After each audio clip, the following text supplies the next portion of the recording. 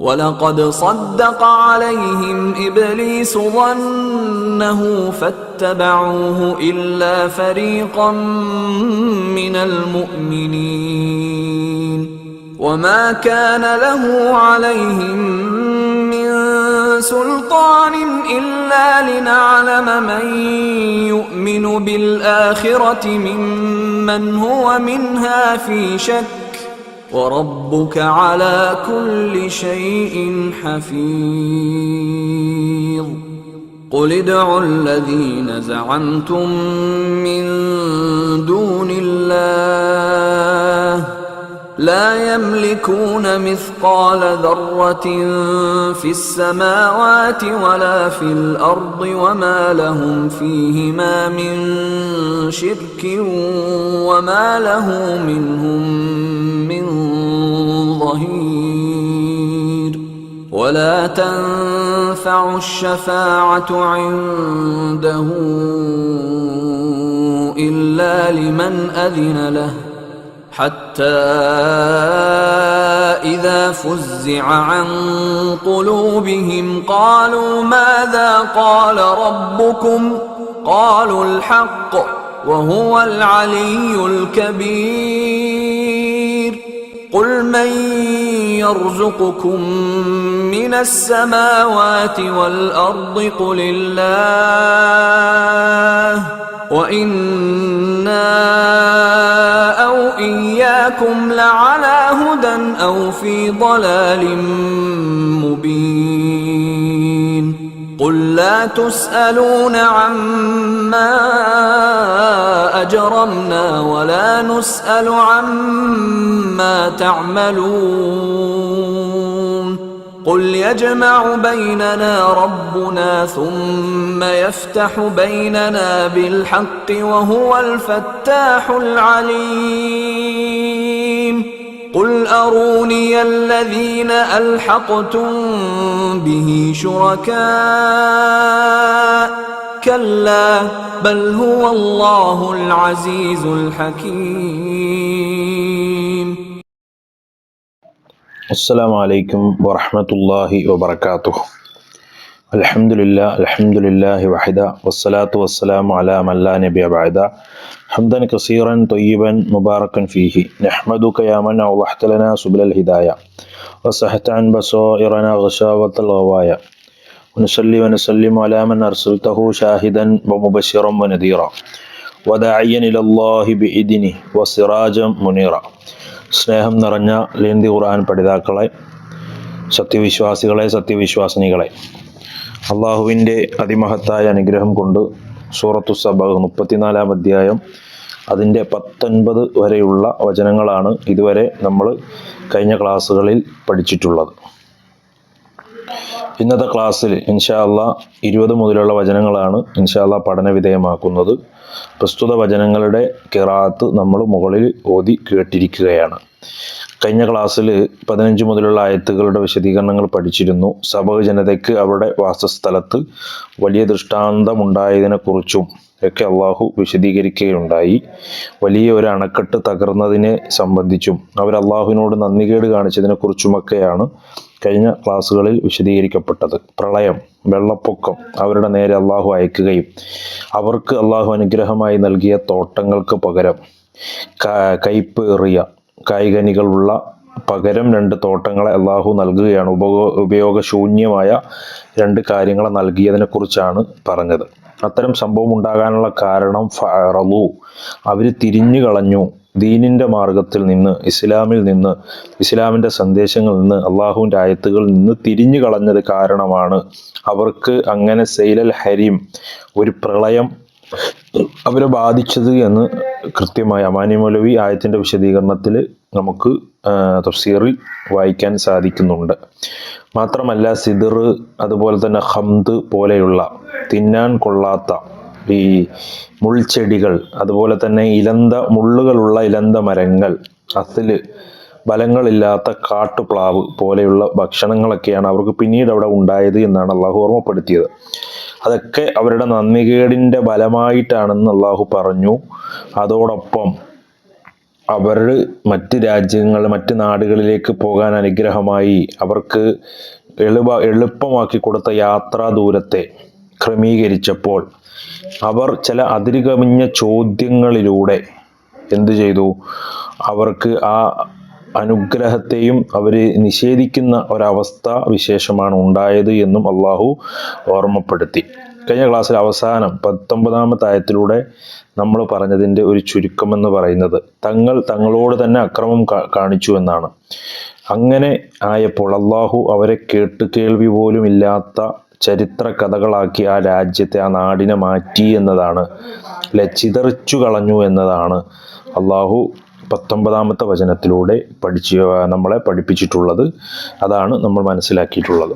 ഇൻഷാ അള്ളാഹ് ഇന്ന് നമ്മൾ 20-ാമത്തെ വചനത്തിലേക്കാണ് കിടക്കുന്നത്. 20-ാമത്തെ വചനം നമ്മൾ കേട്ടു. അതിൻ്റെ വാക്രത്വത്തിലേക്ക് പോകാം. വലക്കത് സ്വദ്ദഖ തീർച്ചയായും സത്യമാക്കിയിട്ടുണ്ട്, അലൈഹിം അവരിൽ, ഇബ്ലീസ് വന്നഹു അവരുടെ ധാരണ അല്ലെങ്കിൽ അവരുടെ വിചാരം, ലൊന്ന് എന്ന് പറഞ്ഞാൽ അവരുടെ ഊഹം അല്ലെങ്കിൽ അവരുടെ ധാരണ, അവരുടെ വിചാരം. ഫത്തബഊഹു അങ്ങനെ അവർ അവനെ പിൻപറ്റി, ഇല്ലാ ഫരീഖൻ ഒരു വിഭാഗം ഒഴികെ, മിനൽ മുഅ്മിനീന സത്യവിശ്വാസികളിൽ നിന്ന്. തീർച്ചയായും ഇബ്ലീസ് തൻ്റെ ധാരണ അവരിൽ സത്യമാക്കുകയുണ്ടായി. അങ്ങനെ സത്യവിശ്വാസികളിൽ നിന്ന് ഒരു വിഭാഗം ഒഴിച്ച് അവർ മുഴുവനും ആ പിശാചിനെ പിൻപറ്റി എന്നാണ് അള്ളാഹു പറഞ്ഞത്. എന്നിട്ട് അള്ളാഹു സുബ്ഹാനഹു വ തആല 20-ാമത്തെ വചനത്തിലാണ് അക്കാര്യം അള്ളാഹു ഓർമ്മപ്പെടുത്തിയിട്ടുള്ളത്. ഇബ്ലീസിന്റെ ഊഹം സഫലമാവുകയാണ്. ആദം നബി അലൈഹി സ്വലാമിനെ സൃഷ്ടിച്ചപ്പോൾ ഇബ്ലീസ് അള്ളാഹുവിനോട് പറഞ്ഞത്, മനുഷ്യരിൽ ഭൂരിഭാഗം ആളുകളെയും ഞാൻ നന്ദി കെട്ടവരാക്കി മാറ്റും, നന്ദി ഉള്ളവരായി നീ കാണുകയില്ല എന്ന ഒരു വെല്ലുവിളിയോടുകൂടിയാണ് വന്നിട്ടുള്ളത്. അങ്ങനെ ഞാൻ അവരെ വഴിതെറ്റിക്കും എന്ന പ്രതിജ്ഞയോടുകൂടിയാണ്, അങ്ങനെയാണ് നമ്മൾ മനസ്സിലാക്കേണ്ടത്. പ്രതിജ്ഞയോടുകൂടിയാണ് പിശാച് എന്ത് ചെയ്തിട്ടുള്ളത്? മനുഷ്യരെ വഴിതെറ്റിക്കുമെന്ന പ്രതിജ്ഞയോടുകൂടിയാണ് പ്രവർത്തിക്കുന്നത്. സൂറത്തുൽ അറാഫിന്റെ 17-ാമത്തെ ആയത്തിൽ അത് വിശദീകരിക്കുന്നുണ്ട്. സബഅ് ജനതയുടെ കാര്യത്തിലാണെങ്കിലോ ഇബ്ലീസ് ഈ ഊഹം പൂർണ്ണമായും സത്യമായും അവരിലേക്ക് കൊടുക്കുകയും അത് അവിടെ ഭവിക്കുകയും ചെയ്യുന്നൊരവസ്ഥയാണ് ഉണ്ടായത്. എന്നാൽ ചെറിയൊരു സംഘം അതിൽ നിന്ന് മാറി. ഇല്ലാ ഫരീഖും മിനൽ മുഅ്മിനീൻ എന്ന് പറഞ്ഞാൽ വിശ്വാസികളുടെ ഒരു ചെറു സംഘം പിശാചിന്റെ ഈ കുതന്ത്രത്തിൽ വീഴാതെ മാറി നിന്നു എന്നതാണ്. സബഅ് ജനതയിലെ ഭൂരിഭാഗം ആളുകളും പിശാചിന്റെ ദുർബോധനത്തിൽ വീണ് അവർ വിഗ്രഹാരാധകരും അഹങ്കാരികളുമായി മാറിയെങ്കിലും പ്രവാചകന്മാരെ വിശ്വസിച്ച ഒരു ചെറിയ സംഘം അള്ളാഹുവിൻ്റെ മാർഗത്തിൽ അവിടെ ഉറച്ചു നിന്നു എന്നതാണ് 20-ാമത്തെ ആയത്തിൽ അള്ളാഹു പറയുന്നത്. 21-ാമത്തെ വചനത്തിലൂടെ വമാ കാന ഇല്ല ഉണ്ടായിരുന്നില്ല ലഹു അവന് അലൈഹിം അവരുടെ മേൽ മിൻ സുൽത്താനിൻ ഒരു അധികാരവും ഒരു ശക്തിയും ഉണ്ടായിരുന്നില്ല.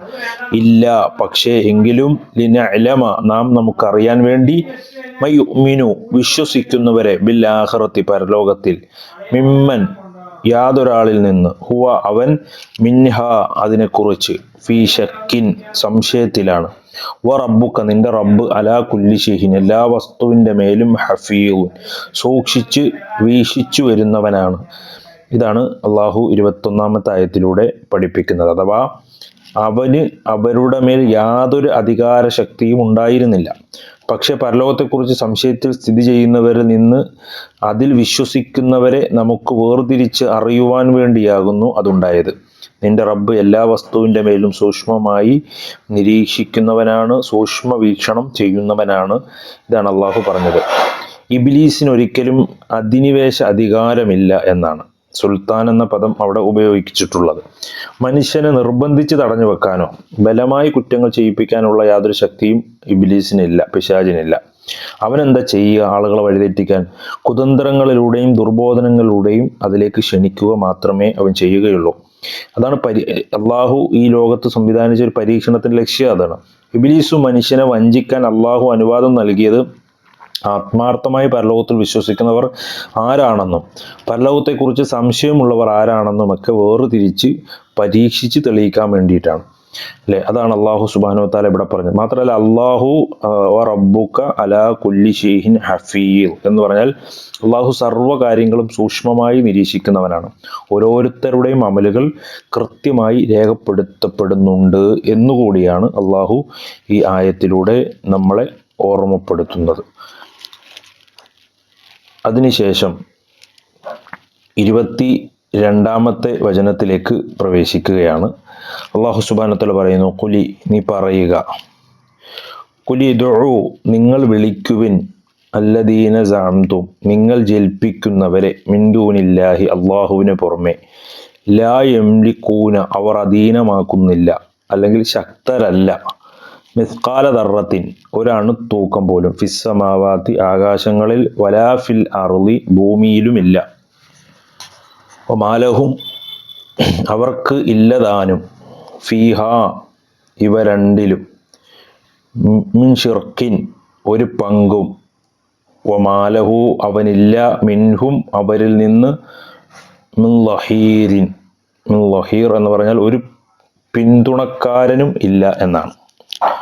എന്താണ് അള്ളാഹു ഇവിടെ പറയുന്നത്? നബിയെ പറയുക, നബിയോട് പറയാൻ ആവശ്യപ്പെടുകയാണ്. അള്ളാഹുവിന് പുറമെ നിങ്ങൾ ആരാധ്യ വസ്തുക്കളായി ജൽപ്പിക്കുന്നവരെ നിങ്ങൾ വിളിച്ചു പ്രാർത്ഥിച്ചു കൊള്ളുക. ആകാശങ്ങളിലാകട്ടെ ഭൂമിയിലാകട്ടെ ഒരു അണുമണി തൂക്കം അവർ അധീനമാക്കുന്നില്ല, അവർ രണ്ടിലും അവർ യാതൊരു പങ്കുമില്ല, അവരിൽ നിന്ന് അള്ളാഹുവിന് യാതൊരു പിന്തുണക്കാരനുമില്ല. ഇതാണ് അല്ലാഹു സുബ്ഹാനഹു വ തആല 22-ാമത്തെ വചനത്തിലൂടെ നമ്മളെ ഓർമ്മപ്പെടുത്തുന്നത്. ഈ ആയത്തിൽ അല്ലാഹു പറയുന്ന പ്രധാനപ്പെട്ട വിഷയം, വ്യാജമായി ദൈവങ്ങളെ അവരുടെ അശക്തത പൂർണ്ണമായും വ്യക്തമാക്കുകയാണ്. ബഹുദൈവ വിശ്വാസികൾ, അള്ളാഹു അല്ലാത്തവർ പ്രാർത്ഥിക്കുന്ന മുശ്രിക്കുകൾ, അള്ളാഹുവിന് പുറമെ ആരാധിക്കുന്ന വിഗ്രഹങ്ങൾക്കോ അല്ലെങ്കിൽ അതുപോലെയുള്ള തങ്ങന്മാർക്കോ ഹോജമാർക്കോ ബീവിമാർക്കോ മറ്റ് ശക്തികൾക്കോ ഒരു വിധത്തിലുള്ള ശക്തിയുമില്ല, അശക്തരാണ് എന്ന് ഈ ആയത്ത് സ്ഥാപിക്കുകയാണ്. പ്രപഞ്ചത്തിലുള്ള ഒരു അണുവളവ്, മിസ്കാല ദർറത്ത് എന്ന് പറഞ്ഞാൽ ഓട്ട വെളിച്ചത്തിലെ ആ പൊടിപടലത്തിൻ്റെ അത്രയും, അല്ലെങ്കിൽ ഒരു ഉറുമ്പിൻ്റെ കാലിൻ്റെ അത്രയും, അല്ലെങ്കിൽ എത്ര ചെറുത് ഒരു കടുകുമണിയോളമാണെങ്കിൽ പോലും, ഏത് നിലക്ക് അതിനെ വിശദീകരിച്ചാലും സ്വതന്ത്ര ഉടമസ്ഥത ആർക്കുമില്ല. ആകാശങ്ങളുടെ സൃഷ്ടിപ്പിലോ അല്ലെങ്കിൽ അതിൻ്റെ നിയന്ത്രണത്തിലോ അള്ളാഹുവിനോടൊപ്പം അവർക്ക് യാതൊരു പങ്കുമില്ല. അതാണ് മിൻ ഷിർക്കിൻ എന്ന് പറഞ്ഞത്. അള്ളാഹുവിൽ ഒരു നിലക്കുള്ള പങ്കും അവരെ സംബന്ധിച്ചിടത്തോളം അവർക്കില്ല എന്നാണ് അള്ളാഹു ഓർമ്മപ്പെടുത്തുന്നത്. അള്ളാഹു തൻ്റെ ഭരണത്തിൽ ഇവരെ ആരുടെയും സഹായം ആവശ്യമില്ലാത്തവനുമാണ്. അള്ളാഹുവിന് അനുവാദമില്ലാതെ സ്വമേധയാ ആർക്കും ശുപാർശ ചെയ്യാനും സാധ്യവുമല്ല. ഷിർക്ക് ചെയ്യുന്നവരുടെ യുക്തിയില്ലായ്മയാണ് അള്ളാഹുവിടെ വ്യക്തമാക്കുന്നത്. യാതൊരു അധികാരവും ശക്തിയില്ലാത്ത ഇത്തരം വസ്തുക്കളെ ദൈവമായി ആരാധിക്കുക, അവരോട് പ്രാർത്ഥിക്കുക, അവരോട് സഹായം ചോദിക്കുക, അബോധിക മാർഗത്തിലുള്ള സഹായം ചോദിക്കുക, കാര്യകാരണ ബന്ധത്തിൽ അതീതമായി സഹായിക്കാൻ ആവശ്യപ്പെടുക, ഇതൊക്കെ ബുദ്ധിശൂന്യതയാണെന്ന് ഖുർആൻ വളരെ വ്യക്തമാക്കുക കൂടിയാണ് 22-ാമത്തെ വചനത്തിലൂടെ ചെയ്യുന്നത്. എന്നിട്ട് അതിനോട് തുടർന്ന് അല്ലാഹു സുബ്ഹാനഹു വ തആല 23-ാമത്തെ വചനത്തിലൂടെ പഠിപ്പിക്കുന്നത്, 23-ാമത്തെ വചനം അല്ലാഹു സുബ്ഹാനഹു വ തആല ആ ശിർക്കിൻ്റെ നിരർത്ഥകതയെ വ്യക്തമാക്കിയതിനു ശേഷം അതിനോട് തുടർന്ന് അല്ലാഹു വീണ്ടും പറയുകയാണ്, വലാ തൻഫഉ, ബലം ചെയ്യുകയില്ല, അശ്ശഫാഅത്തു, ശുപാർശ, ഇൻദഹു, അവൻ്റെ അടുക്കൽ, ഇല്ലാ ലിമൻ, ഒരുവനല്ലാതെ, അദിന ലഹു, അവൻ സമ്മതം നൽകി, ഹത്താ ഇദാ ഹുസിയ, അങ്ങനെ പരിഭ്രമം നീക്കപ്പെട്ടാൽ അല്ലെങ്കിൽ നീങ്ങിയാൽ, അൻ ഖുലൂബിഹിം, അവരുടെ ഹൃദയങ്ങളിൽ നിന്ന്, ഖാലു, അവർ പറയും, മാദാ ഖാല, എന്തു പറഞ്ഞു, റബ്ബുക്കും, നിങ്ങളുടെ റബ്ബ്, ഖാലു, അവൻ പറയും, അൽ ഹഖ, ന്യായമായത് അല്ലെങ്കിൽ വേണ്ടപ്പെട്ടതു തന്നെ, വഹുവ, അവൻ അല്ലെങ്കിൽ അവൻ അത്രേ, അൽ അലിയു, ഉന്നതനാണ്, അൽ കബീർ, വലിയവനാണ്, മഹാനാണ്. ഇതാണ് 23-ാം വചനത്തിൻ്റെ വാക്കർത്ഥം. ആ ആയത്തിലൂടെ അല്ലാഹു പറയുന്നത്, അവൻ സമ്മതം നൽകിയവർക്കല്ലാതെ അവൻ്റെ അടുക്കൽ ശുപാർശ ബലപ്പെടുകയില്ല എന്നാണ്. അങ്ങനെ അവരുടെ ഹൃദയങ്ങളിൽ നിന്ന് പരിഭ്രമം നീങ്ങുമ്പോൾ അവർ തമ്മിൽ പറയും, നിങ്ങളുടെ റബ്ബ് എന്താണ് പറഞ്ഞത്? അവർ മറുപടി പറയും, ന്യായമായിട്ടുള്ളത് തന്നെ, അവൻ വലിയ മഹാനും ഉന്നതനുമത്രേ എന്നാണ്. ഷഫാഅത്തിൻ്റെ, ശുപാർശയുടെ നിബന്ധനകളാണ് അള്ളാഹു ഇവിടെ ഓർമ്മപ്പെടുത്തുന്നത്. അള്ളാഹുവിങ്കൽ ശുപാർശ ലഭിക്കണമെങ്കിൽ 2 കാര്യങ്ങൾ അത്യാവശ്യമാണല്ലോ. പ്രധാനമായും അള്ളാഹുവിൻ്റെ പൂർണ്ണ അനുവാദം ഉണ്ടാകണം, അള്ളാഹു തൃപ്തിപ്പെട്ട വ്യക്തിക്ക് വേണ്ടിയായിരിക്കുക എന്നതുകൂടിയുണ്ട്. മലക്കുകളുടെ ഭയഭക്തിയും അള്ളാഹുവിൻ്റെ പ്രതാപവും ഒക്കെ ഇവിടെ നമുക്ക് കാണാൻ സാധിക്കും. അള്ളാഹു ആകാശത്ത് എന്തെങ്കിലും വഹിയോ കൽപ്പനകളോ പുറപ്പെടുവിച്ചാൽ അതിൻ്റെ പ്രതാപവും ഭയവും കാരണം മലക്കുകൾ പോലും ബോധരഹിതരായി വീണു പോകുന്നതാണ്. അതാണ് വസ്സാഅൻ ഖുലൂബിഹിം എന്ന് പറഞ്ഞത്. കൽപ്പനയുടെ ഭയം മലക്കുകളുടെ ഹൃദയങ്ങളിൽ നിന്ന് നീങ്ങി ബോധം വീണ്ടും കിട്ടുമ്പോൾ അവർ പരസ്പരം ചോദിക്കുകയാണ്, നമ്മുടെ റബ്ബ് എന്താണ് കൽപ്പിച്ചത്? അപ്പോൾ പ്രമുഖ മലക്കുകൾ പറയും, അവർ സത്യം മാത്രമാണ് പ്രഖ്യാപിച്ചത്. ഇതാണ് അള്ളാഹു അവിടെ ഖാലു അൽ ഹഖ എന്ന് പറഞ്ഞത്. ഖാലുൽ ഹഖ വഹുവൽ അലിയുൽ കബീർ എന്ന് പറഞ്ഞിട്ടുള്ളത്. അവൻ സത്യം മാത്രമാണ് പ്രഖ്യാപിച്ചത് എന്നാണ്. മഹത്തുക്കളായ മലക്കുകൾ പോലും അള്ളാഹുവിൻ്റെ കൽപ്പന കേട്ട് വിറയ്ക്കുകയാണ് എന്ന് പറയുമ്പോൾ പരിഗ്രഹങ്ങൾ സ്വമേധയാ ശുപാർശ ചെയ്ത് നമ്മെ രക്ഷിക്കുമെന്ന് കരുതുന്നത് എത്ര വലിയ അജ്ഞതയാണെന്ന് കൂടി നമുക്ക് ഈ ആയത്തിലൂടെ വ്യക്തമായി മനസ്സിലാക്കാൻ സാധിക്കുകയാണ്. അതിനുശേഷം 24-ാമത്തെ ആയത്തിലൂടെ അള്ളാഹു സുബ്ഹാനഹു വ തആല പറയണം, ഖുൽ നീ പറയുക, മയ്യർസുഖുക്കും നിങ്ങൾക്ക് ഉപജീവനം ആഹാരം തരുന്നത് ആരാണ്? ഫിസ്സമാവാത്തി ആകാശങ്ങളിൽ നിന്ന്, വൽ അർളി ഭൂമിയിൽ നിന്നും. ഖുലില്ലാഹു പറയുക അള്ളാഹുവാണ്, വ ഇന്നാ നിശ്ചയമായും ഞങ്ങൾ, ഔ ഇയ്യാക്കും അല്ലെങ്കിൽ നിങ്ങൾ, ലഅലാ ഹുദ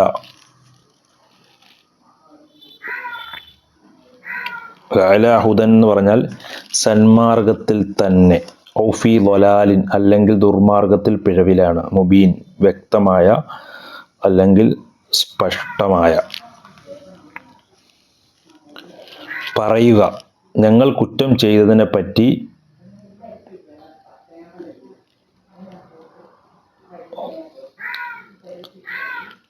ഇരുപത്തിനാലാമത്തെ വചനത്തിൽ പറയാം, നബിയെ പറയുക ആകാശങ്ങളിൽ നിന്നും ഭൂമിയിൽ നിന്നും നിങ്ങൾക്ക് ഉപജീവനം നൽകുന്നത് ആരാണ് എന്ന് പറയുക.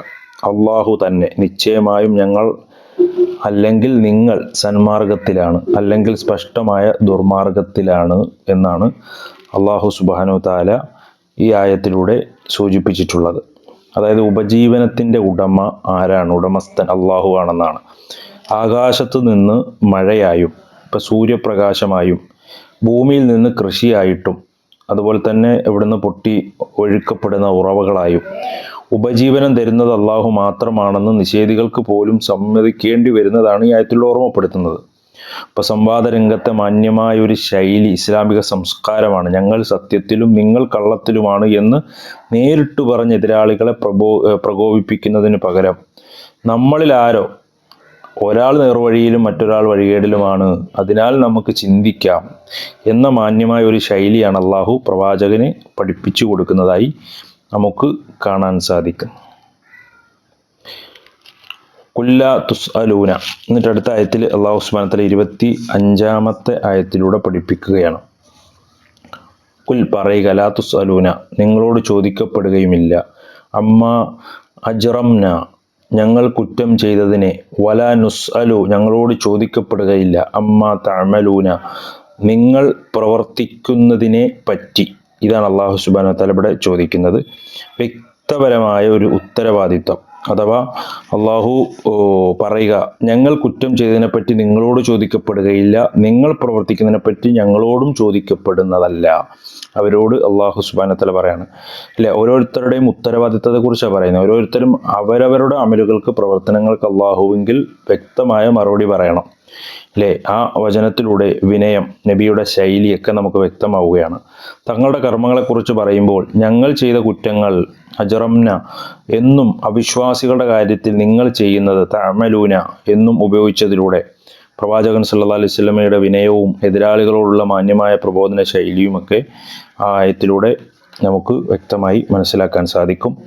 26-ാമത്തെ വചനത്തിലേക്ക്, കുൽ നീ പറയുക, യജ്മഉ ബൈനന നമ്മുടെ ഇടയിൽ ഒരുമിച്ച് കൂട്ടും, റബ്ബുന നമ്മുടെ റബ്ബ്, സുമ്മ യഫ്തഹു പിന്നെ അവൻ തുറവി ഉണ്ടാക്കും, തീർപ്പ് കൽപ്പിക്കും, ബൈനന നമുക്കിടയിൽ, ബിൽ ഹക്കി ന്യായപ്രകാരം സത്യമനുസരിച്ച്, വഹുവ അവനത്രേ അൽ ഫത്താഹു തുറവിയാക്കുന്ന തീർപ്പ് കൽപ്പിക്കുന്നവനാണ്, അൽ അലീം സർവജ്ഞനായ റബ്ബ്. പറയുക നമ്മുടെ രക്ഷിതാവ് നമുക്കിടയിൽ ഒരുമിച്ച് കൂട്ടും, പിന്നീട് നമുക്കിടയിൽ യാഥാർത്ഥ്യം ന്യായപ്രകാരം തീർപ്പ് ഉണ്ടാക്കുന്നതാണ്. സർവജ്ഞനായ തീർപ്പ് കൽപ്പിക്കുന്നവനത്രേ അവൻ. ഇത് അള്ളാഹുവിനെ കുറിച്ച് അവിടെ വിശദീകരിക്കുകയാണ് 26-ാമത്തെ വചനത്തിലൂടെ. അന്തിമമായ ഒരു വിചാരണയെക്കുറിച്ചാണ് പറയുന്നത്. ഇഹലോകത്ത് സത്യവും മിഥ്യവും തർക്ക വിഷയമായി തുടർന്നാലും, ഏതാണ് സത്യം ഏതാണ് അസത്യം എന്ന നിലക്കൊരു ചർച്ചയുണ്ടായാലും, പരലോകത്ത് അള്ളാഹു എല്ലാവരെയും ഒരുമിച്ച് കൂട്ടി സത്യസന്ധമായി വിധി കൽപ്പിക്കും എന്നാണ്.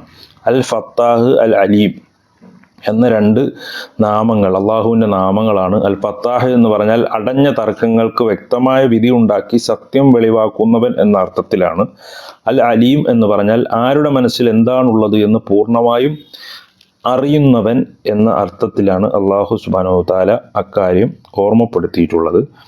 27-ാമത്തെ വചനത്തിലൂടെ അള്ളാഹു പറയുന്നത് കുൽ അറൂനി അല്ലദീ, അള്ളാഹു കുൽ നീ പറയുക, അറൂനി എനിക്ക് കാണിച്ചു തരുവിൻ, അല്ലദീന അൽഹഖ്തും നിങ്ങൾ കൂട്ടിച്ചേർത്തവരെ, ബിഹി അവനോട്, ശുറക്കാ പങ്കുകാരായി, ഖല്ല അങ്ങനെയില്ല, ബൽ ഹുവ എന്നാൽ അല്ലെങ്കിൽ എങ്കിലും, അള്ളാഹുവാണ്, അൽ അസീസു പ്രതാപശാലിയാണ്, അൽ ഹക്കീം അഗാധജ്ഞനായ. അതായത് അതിൻ്റെ അർത്ഥം എന്ന് പറയുന്നത്, പറയുക പങ്കുകാരൻ എന്ന നിലയിൽ നിങ്ങൾ അവനോട് കൂട്ടിച്ചേർത്തിട്ടുള്ളവരെ എനിക്ക് കാട്ടിത്തരുവിൻ, ഞാനൊന്ന് കാണട്ടെ. അങ്ങനെയില്ല, അത് സാധ്യമല്ല, എന്നാൽ അവൻ അള്ളാഹുവാണ്, അഗാധജ്ഞനായ പ്രതാപശാലിയാണ്.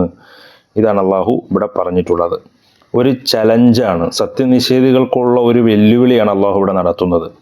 അള്ളാഹുവിൻ്റെ അടുത്ത് പങ്കാളികളായി നിങ്ങൾ ആരാധിക്കുന്ന വ്യാജമായ ഇലാഹുകളെ, ദൈവങ്ങൾക്ക് എന്തെങ്കിലും ഒരു സൃഷ്ടിപ്പിലോ റബ്ബിൻ്റെ ഏതെങ്കിലും ഒരു നിയന്ത്രണത്തിലോ കഴിവുണ്ടെന്ന് തെളിയിക്കാൻ സാധിക്കുമോ എന്ന ചോദ്യമാണ്. ഇത് അള്ളാഹു നടത്തുന്നൊരു വെല്ലുവിളിയാണ്, അല്ലേ? കല്ല, ഒന്നുമില്ല, അങ്ങനെ സാധ്യമല്ല, നിങ്ങൾക്കൊരിക്കലും അത് തെളിയിക്കാൻ കഴിയുകയില്ല. അള്ളാഹു മാത്രമാണ് പ്രതാപിയും അസീസ് എന്നുകൊണ്ട് ഉദ്ദേശിക്കുന്നത്. സർവ്വകാര്യങ്ങളും യുക്തിപൂർവ്വം നടപ്പാക്കുന്നവനും, അൽ ഹക്കീം, അൽ അസീസ് എന്ന അള്ളാഹുവിൻ്റെ നാമത്തിൻ്റെ ആശയം അതാണ് നമുക്ക് അവിടെ വ്യക്തമായി മനസ്സിലാക്കാൻ സാധിക്കുന്നത്. കാര്യങ്ങളെ വ്യക്തമായി മനസ്സിലാക്കുക. അള്ളാഹു സുബ്ഹാനഹു വ തആല അനുഗ്രഹിക്കുമാറാകട്ടെ.